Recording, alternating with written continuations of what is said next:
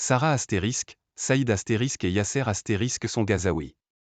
Ils vivent à Paris et suivent l'évolution de la situation dans la bande de Gaza à distance, alors que leur famille se trouve sur place. Les bombardements à répétition depuis plus d'une semaine sur le territoire palestinien les a plongés dans l'angoisse. En France, ils regrettent de ne pas avoir le droit de manifester pour demander un cessez-le-feu immédiat et la fin des hostilités entre les deux camps. Ils ont accepté de se confier à France 24. Leur inquiétude pour leur famille à Gaza ne date pas d'hier. La succession d'opérations militaires israéliennes de grande envergure dans l'enclave et le blocus de la bande de Gaza depuis 2007 rendaient déjà le quotidien de leurs proches très compliqué. Mais la vie des Gazaouis de France a basculé dans l'angoisse le 7 octobre, après l'attaque du Hamas d'une ampleur inédite qui a fait plus de 1400 morts en Israël, pour la plupart des civils. Dans la bande de Gaza, l'opération Glaive de fer lancée en riposte par l'État hébreu le 11 octobre a fait au moins 3478 morts, a indiqué mercredi 18 octobre le ministère de la Santé du mouvement islamiste palestinien. Les raids ont également fait 12 065 blessés, a indiqué cette source. Quelques 199 personnes dont des Israéliens mais aussi des étrangers de passage en Israël et des binationaux sont par ailleurs toujours prises en otage par le Hamas, selon l'armée israélienne. En France, le ministre de l'Intérieur Gérald Darmanin a annoncé jeudi 12 octobre l'interdiction des manifestations pro-palestiniennes, estimant qu'elles sont susceptibles de générer des troubles à l'ordre public. Environ 3000 personnes se sont tout de même réunies le jour même place de la République, à Paris, pour défendre le droit des Palestiniens et notamment des Gazaouis à des conditions de vie dignes.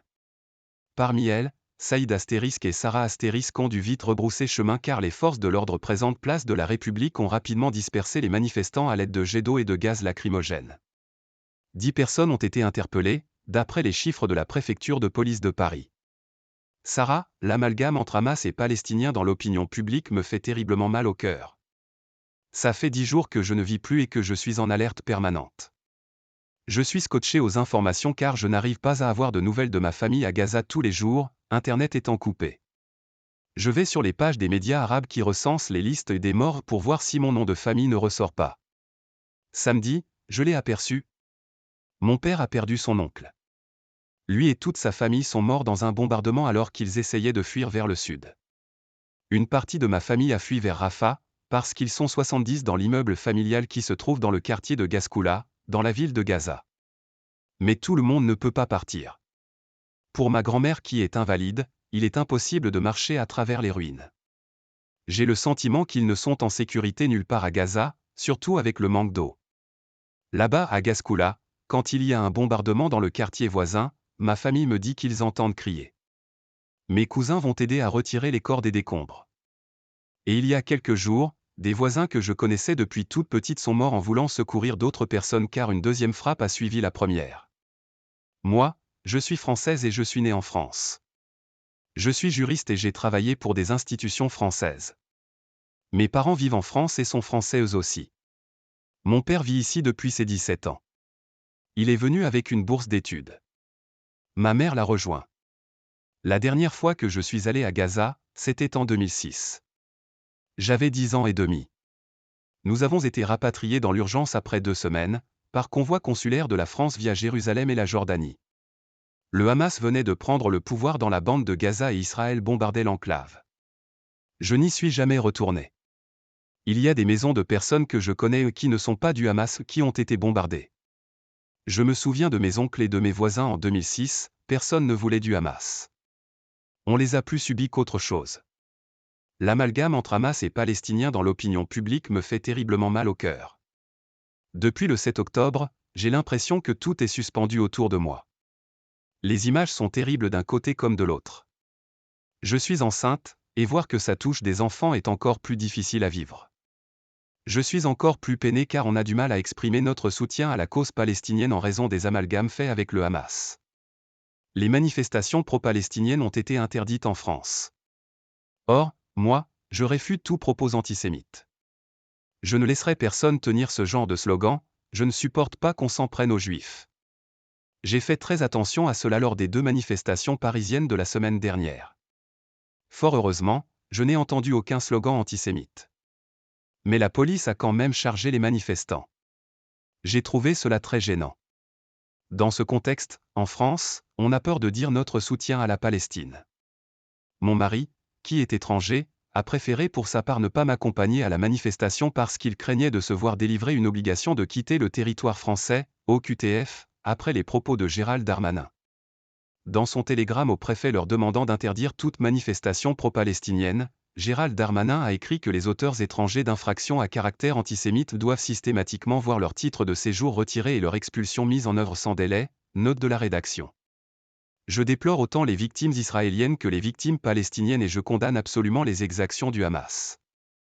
Mais pourquoi on ne condamne pas la politique de vengeance folle du gouvernement israélien? Je souffre de ce que je ressens comme un écart de considération. On veut juste vivre en paix. L'objectif, c'est un cessez-le-feu. Saïd, il faut continuer à vivre tout en sachant que mes parents n'ont pas d'eau. Je suis arrivé en France il y a plus de 5 ans en tant qu'étudiant boursier dans une fac parisienne.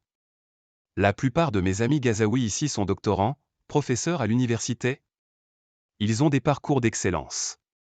Il faut être un étudiant excellent pour décrocher une bourse et pouvoir quitter légalement Gaza comme nous l'avons fait. Toute ma famille vit là-bas, mes parents ainsi que mes frères et sœurs. On habite le quartier d'Al-Nasser. C'est un quartier habituellement très calme dans le centre-ville de Gaza. Normalement, quand il y a des guerres, en 2008, en 2014, c'est nous qui accueillons des proches évacués, des tantes qui habitent près des frontières. En 30 ans, on n'a jamais quitté notre maison. Hier, j'ai pu appeler ma mère. Ils ont quitté la maison il y a quelques jours, et maintenant ils se trouvent dans un centre de formation de l'Agence des Nations Unies pour les réfugiés palestiniens, UNRWA, à Khan Younes, dans le sud de la bande de Gaza. Ce centre, qui est censé accueillir 300 personnes, en abrite actuellement 30 000. Il n'y a pas d'eau potable, pas d'eau courante, 40 WC pour 30 000 personnes. Une situation sanitaire très compliquée. Des enfants, des personnes âgées, des familles entières ont trouvé refuge dans des salles de formation. Mais ça ne suffit plus, certains commencent à dormir dehors, autour du centre, ou dans des voitures pour fuir la promiscuité. Avec eux au centre de l'UNRWA, il y a des étrangers, des travailleurs européens et américains employés par des ONG bloqués là-bas. C'est d'ailleurs la raison pour laquelle beaucoup de monde s'est rendu dans ce centre. Quand il y a des étrangers, normalement, ça vous préserve d'être bombardé. La première question que je pose au téléphone quand j'appelle mes parents, c'est « Est-ce que les étrangers sont toujours avec vous ou non ?» Je crains que ce centre ne se transforme en une cible très facile une fois que les travailleurs étrangers seront partis, qu'ils auront été échangés contre de l'aide humanitaire venant d'Égypte ou d'Israël. Mes 2 parents ont des maladies chroniques, du diabète et des problèmes cardiaques. Ils prennent des médicaments. Je n'arrive pas à imaginer ce qu'ils vivent. Comme il manque d'eau potable, ils gèrent leur portion d'eau de façon à pouvoir avaler leurs médicaments. J'ai peur pour eux, mon père est âgé et faible, et avec tous ces bombardements. Et ils n'ont plus Internet, et il y a des problèmes de réseau. Cela devient très difficile de les joindre. Je n'y arrive pas tous les jours. Il faut essayer 12 ou 13 fois. Ça coupe au milieu de la conversation. Parfois, je reçois les messages avec du retard. Et comme il n'y a pas de réseau, mes parents sont totalement déconnectés. Ils ne savent pas combien de personnes ont été tuées, si les Israéliens sont à côté ou non, où en sont les négociations. Ils ne savent même pas si leur maison est détruite ou non.